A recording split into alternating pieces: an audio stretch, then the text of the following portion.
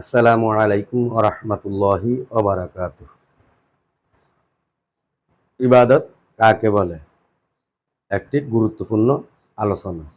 খুব মনোযোগ সহকারে আলোচনাটি শুনবেন। আলোচনাটি করেছেন মরহুম আল্লামা মাওলানা দেলাওয়ার হোসেন সাঈদী সাহেব, কোরআনের ফাঁকি, মুফাসসিরে কোরআন। আলোচনাটি খুবই গুরুত্বপূর্ণ, আপনারা সকলে একটু মনোযোগ সহকারে শুনুন। বছরে একবার রোজা রেখে, বছরে এক মাস রোজা রেখে মনে করলে ইবাদত শেষ। 5 ওয়াক্ত নামাজ পড়ে মনে করলে ইবাদত শেষ। আমি প্রশ্ন করি, 5 ওয়াক্ত নামাজের নামই যদি হয় ইবাদত, 5 ওয়াক্ত নামাজের নামই ইবাদত, এটাই যদি হয়, তাহলে 5 ওয়াক্ত নামাজ পড়তে সময় লাগে কত? উজু টুজু করে বড় জোর 1-1.5 ঘন্টা সময় লাগে 5 ওয়াক্ত নামাজ পড়তে। তো এর নাম যদি হয় ইবাদত, তার অর্থ কি দাঁড়াবে? অর্থ দাঁড়াবে আপনি 24 ঘন্টার ভিতরে 1 থেকে 1.5 ঘন্টার জন্য আল্লাহর গোলাম, বাকি 22 ঘন্টার জন্য শয়তানের গোলাম হতে কেউ রাজি আছেন? রোজার নামই যদি হয় শুধু ইবাদত, তাহলে তার অর্থ দাঁড়াবে বছরের ভিতরে একটা মাসের জন্য আপনি আল্লাহর গোলাম, আর 11 মাসের জন্য শয়তানের গোলাম হতে কেউ রাজি আছে?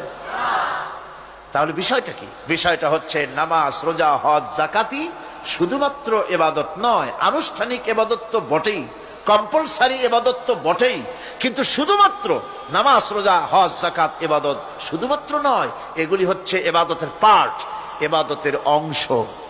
বরং জীবনের সব ক্ষেত্রে আল্লাহর হুকুমকে মানার নামই হচ্ছে। ভাইরা আমার, একদিকে নামাজ রোজা করছি, অন্যদিকে আল্লাহর আইনের প্রতিটি ধারাকে লঙ্ঘন করে চলছে, মিথ্যা ওয়াদা করে, মিথ্যা কথা বলে, সুদ খায়, ঘুষ খায়, জেনা করে, এরপরে অন্যের হক নষ্ট করে, প্রতিবেশীর হক নষ্ট করে, হারাম মাল খায়, হকদারের হক নষ্ট করে, প্রতিবেশীর হক নষ্ট করে, জিন্দা মুর্দা মানুষকে নিজের জন্য শক্তিধর বলে মনে করে, এক টুকরা রুটির জন্য অথবা এক ফোঁটা, এক ঘটি পানির জন্য কাফেরের কাছে হাত পেতে দাঁড়ায় থাকে। এই যদি অবস্থা হয়, এটাই যদি হয় ঈমান, আর এটার নামই যদি ইবাদত হয়, তাহলে এই পৃথিবীর মুসলমানের আজ লাঞ্ছিত কেন? আল্লাহর ওয়াদা কি মিথ্যা? নাউযুবিল্লাহি মিন যালিক।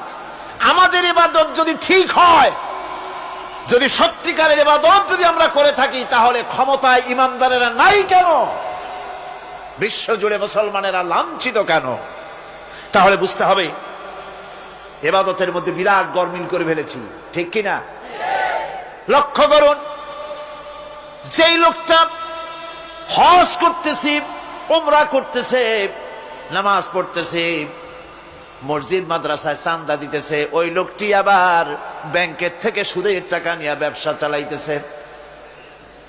ব্যবসা ঠিক রাখার জন্য, ইনকাম ট্যাক্স ফাঁকি দেওয়ার জন্য ব্যবসায়ীরা 2 ধরনের 3 ধরনের খাতা মেনটেন করছে। কথা ঠিক কিনা? মিথ্যা কথা বলছে, ঘুষ দিতেছে, বেশি করে বিদ্যুতের বিল যাতে না আসে সেজন্য যারা বিদ্যুৎ লাইনে আছে তাদেরকে পয়সা দিয়ে ম্যানেজ করতেছে, ঠিক কিনা?